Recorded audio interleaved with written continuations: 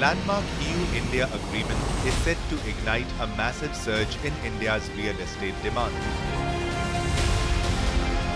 By strengthening the finance, shipping and telecom sectors, the deal is driving an urgent need for Grade A office spaces across India's major hubs like Mumbai, Bengaluru and Gurugram. Furthermore, with reduced tariffs on industrial goods, we expect a boom in warehousing and logistics parks near critical transport corridors to handle the spike in trade volume. MHADA Mumbai lottery for 3,000 new homes. Home buyers in Mumbai may soon be able to purchase homes at regulated prices through a housing lottery announced by the Maharashtra Housing and Area Development Authority, following the lifting of election restrictions, which is expected in March 2026.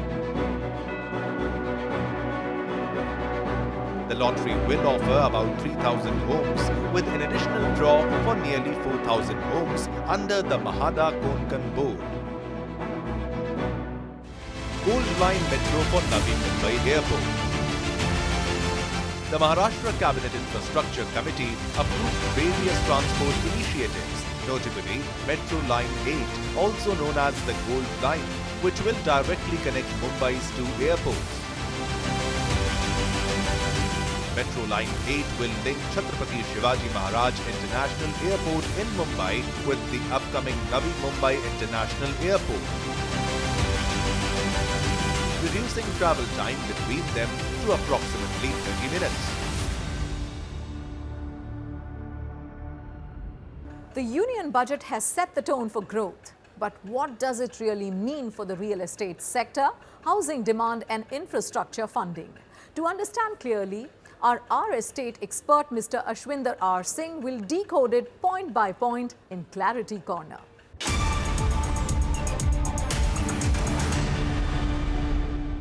Mr. Ashwinder, I have a few questions for you.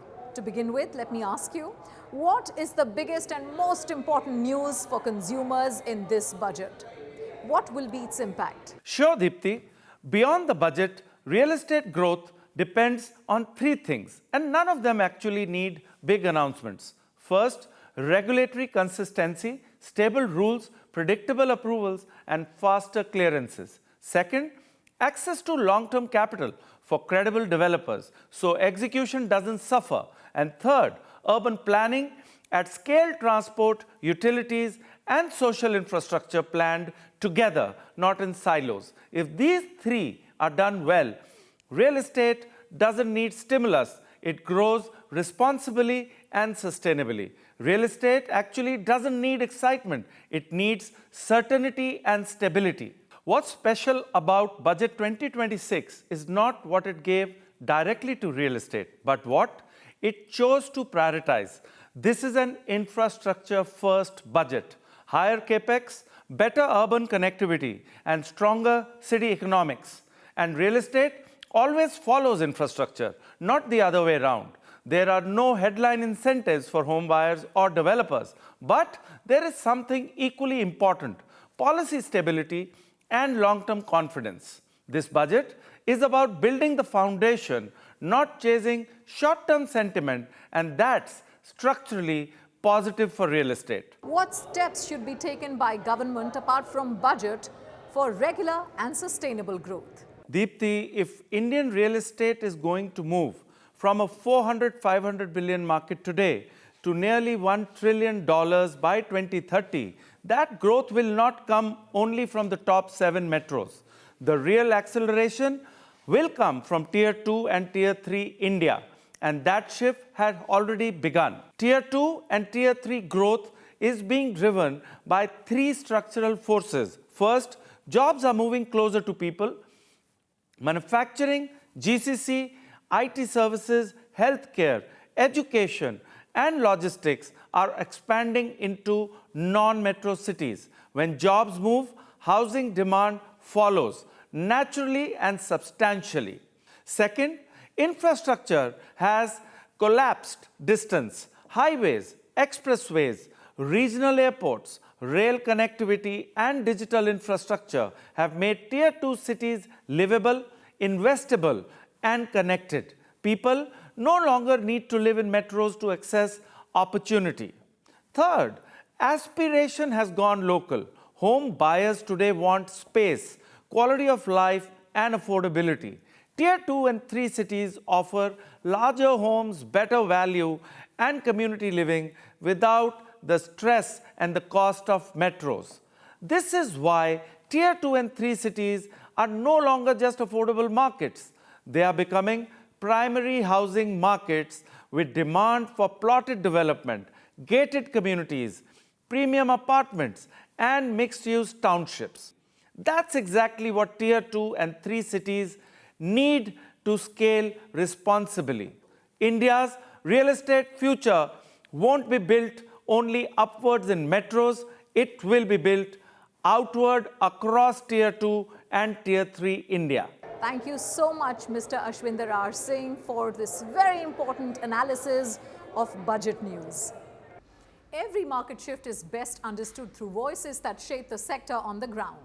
In our Real Talk segment, one of the industry's most trusted voices, Mr. Ashwinder R. Singh, is joined by Mr. Prashant Rao, Managing Director of Poulomi Estates, for a candid conversation on market sentiment, strategy, and what lies ahead.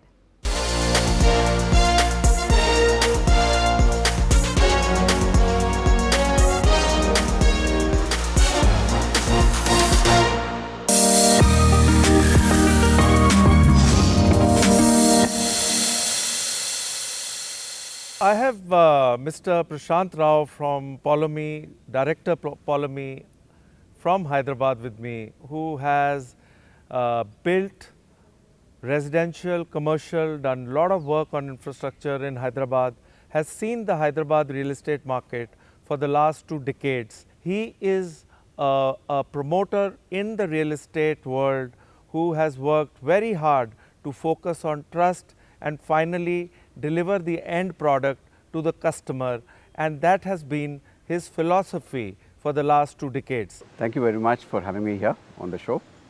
Pleasure meeting you and get to know you better. I would love to know that, how was the shift when you moved from your banking journey and became an entrepreneur, and how have you seen the Hyderabad market evolve in these last 20 years? Quite excited to actually have got into this business. My banking career ended in 2005 when I took the shift into entrepreneurship, and with the company that we founded, Poulomi, in 2005. September was when we founded this company, and from then it's been a great journey. A lot of ups and downs. We've seen the best times. 2005 was the best of times for real estate in Hyderabad. 2005, 2006 was one of the best years. Then we've seen a slump where the state went through an agitation process for a separate state. So almost 7 years, the real estate was very slow. So that's when we ventured into infrastructure works as well. We've done a lot of works within the state, outside the state as well. So that has given us a lot of growth as well, and understanding of this business in a better perspective. Yeah. Your roots lie in infrastructure development. I would want to know, how has that helped you to build, Poulomi as a real estate brand? Infrastructure was actually an afterthought. Came in post 2007 when the separate state was going through an agitation. Sorry, when the state was going through an agitation for a separate state. We had a huge manpower was dependent on us. Market was very slow. So that's when we decided that why don't we get into infrastructure. And so we branched out, we started working for other builders. We've done a lot of work for the government. So that has actually helped us in terms of learning, a lot of learnings we've got from there. How do you ensure that peace of mind as a metric is getting implemented by you and your team for your clients on the ground on a day-to-day or a regular basis? See, the tagline peace of mind came in because generally there's a perception in this market that builders are troublesome, right? And when somebody is purchasing a house, it's one of his most valuable possession, and there's a lot of attachment to this house. So if we are able to deliver that peace of mind to that customer, there can be nothing better to him, right? So we ensure that right from the planning stage, when we start a project, the location of the project is important, right? So the process of the customer when he comes to choose an apartment. From there starts our interaction with him, to the process of him finalizing an apartment, to the construction process when we keep updating him regularly on the progress of his apartment, and then finally to handing over when he moves into his newly made home. I realize that you also focus a lot on people when you're designing your projects, and it is not just about how the project looks. I would really want to know more about this. Sure. I'll just break this up into two parts, I would say.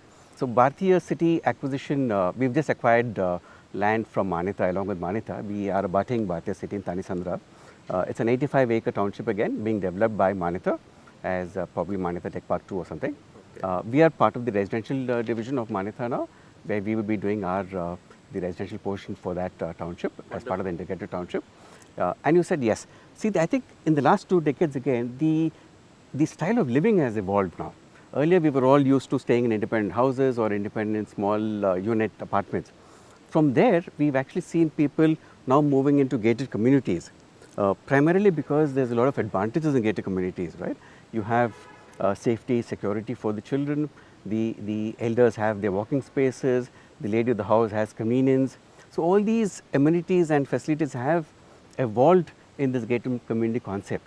So, now people are preferring to move into gated communities. And now from there, now the next I think shift is moving into larger societies where you have work from home, where you have shopping within that community. So, I think that's the new trend now, where we have larger areas where you have malls, you have a hotel, you have restaurants, just like Bhartiya City is. So, I think Manita Tech Park 2 also will be very similar to that, where we have all the amenities within one township, yes. You've developed 7 projects, 4 million square feet, 2 projects which are already under construction. So 2 decades is a good amount of time.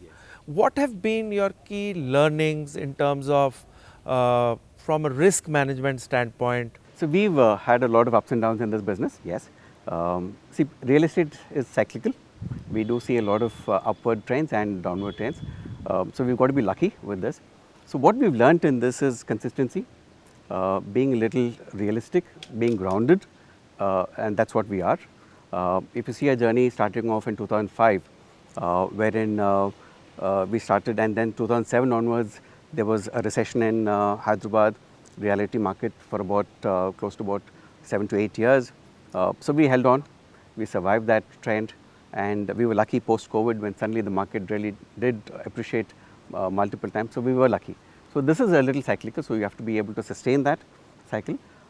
Customer confidence is very, very important because when we are in a downward trend, projects tend to slow down a lot. So, despite that, we have to ensure that we are able to deliver the project at the required quality, at the required timelines to the customer. How would you want yourself to be remembered as an entrepreneur? Just one thing, and what is the legacy you want to leave behind? Just being passionate about what I'm doing. Today, I'm very passionate about my work. I involve myself totally in each project, right from the planning stage to the end handing over process. In fact, post handover also, I directly interact with customers, attend to any query that they have, any issue that they face. So, I think that gives me a lot of satisfaction.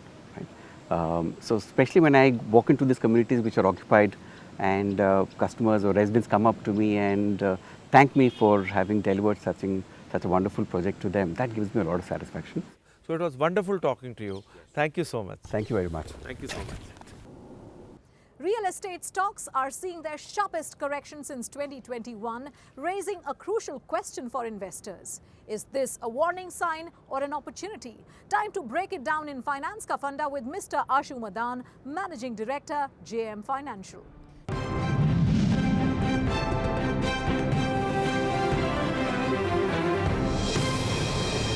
Finance Ka Funda, my first question to you, Mr. Madan, is what is causing the decline of real stocks as we enter this year? I would say that don't isolate real estate stocks. I mean, many of the sectors are down, and they are down because of fundamental reason, and because there was too much of euphoria around real estate. Everybody is talking about real estate, and people thought that that's the safest haven to be, which still it is. But there is something called price action. I mean, everything has a price. The way prices were going up, and like I mean, everyone thinks that there is no tomorrow. There has to be some justice to the real estate prices.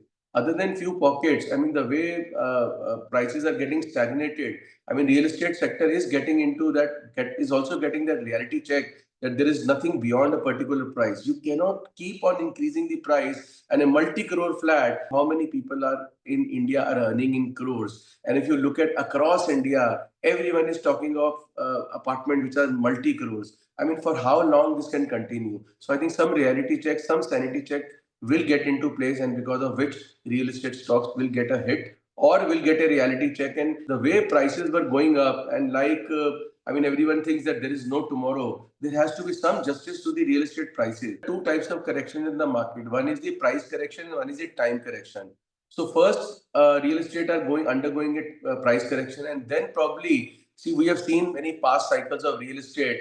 I mean, there are long cycles of consolidation, and that is what I am expecting now. That there could be a long process of consolidation in real estate, which will result into a long consolidation in real estate stocks also. What action should be taken by investors if they currently hold shares at a high level, and what should those planning to invest consider?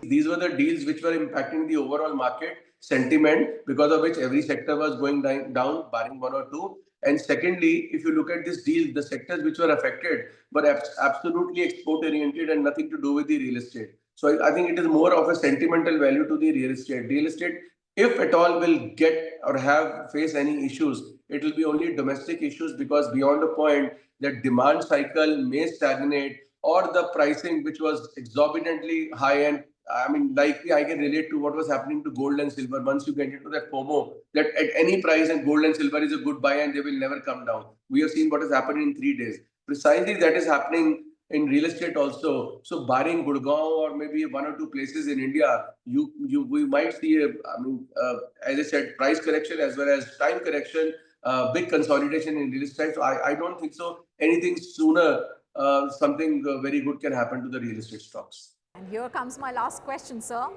India has locked two major deals and the budget is also passed. So is there any impact on the real estate shares as such?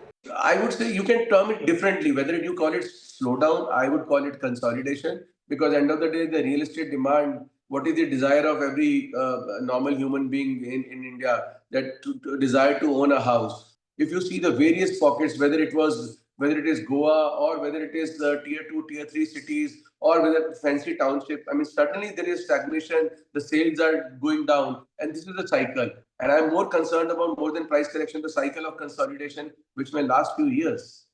Let's now take a closer look at where the money is moving in the real estate sector.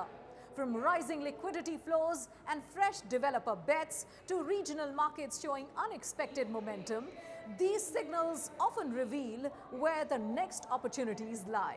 This is Market Watch.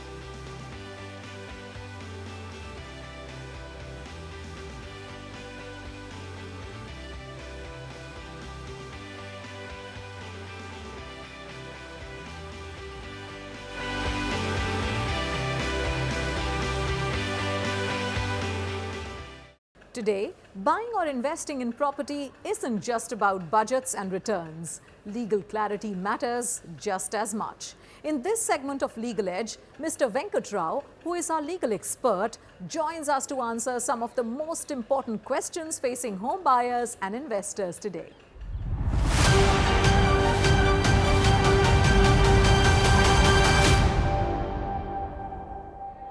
So my first question to you, Mr. Venkat Rao, is investing in a pre-launch project even before RERA registration actually legal? And should the buyers consider going ahead with such projects? No. Pre-launch, there is no concept called pre-launch. RERA suggests that you should have a registration before. There only and thereafter only you can even make an advertisement. So there's no concept of pre-launch anymore. Pre-launch is only a marketing gimmick. So nobody should fall for that. It's a clear case that it's a project, means it needs to be registered. Then only you can sort of advertise and then sell. My next question is, when the projects get delayed and misscheduled delivery timelines, what rights does an investor or home buyer really have? Prior to RERA, there was no set law about it. But post-RERA, Section 18 of the Act specifically provides that you have a right to seek refund in case of delay, or in case you want to continue in the project, then you can get a delayed interest for the period of delay. You can get interest. Say, for instance, if a developer or a promoter commits a project to be completed in, say, 3 years, and if he fails to complete it, then you have absolute right to seek refund the day it is 300, immediately after 1 day after 3 years. Or you can choose to be with the promoter. You will be entitled to get a interest on the delayed period at the rate of MCLR plus 2% or 1% as the states, respective states may notify. And my last question to you, Mr. Venkat Rao, is what is the key difference between buying a primary residence and purchasing a property purely as an investment? Okay, so the primary residence is primarily the one where you reside, where you primarily stay, and you are actually, it's not a property which you have bought for the purposes or with an objective of getting some return or some kind of a capital gain or whatever it is. You are primarily looking at that property as a place to reside. Whereas an investment property could have two options or two objectives to purchasing it. One could be for having a regular rental income, or to keep it so that you can sort of gain the capital appreciation, and then by way of capital appreciation on that particular property, you may gain some profit. That's how the differentiation is.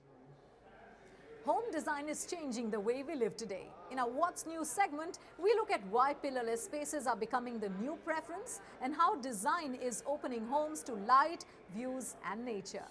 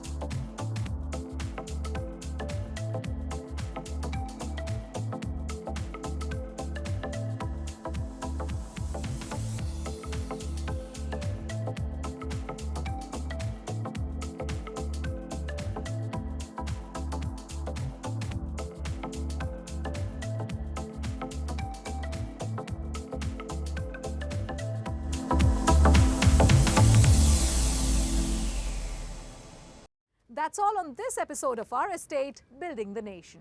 We'll be back with more insights, sharper analysis and on-ground stories from India's evolving property landscape. Until then, stay informed, stay invested and keep watching Our Estate, Building the Nation.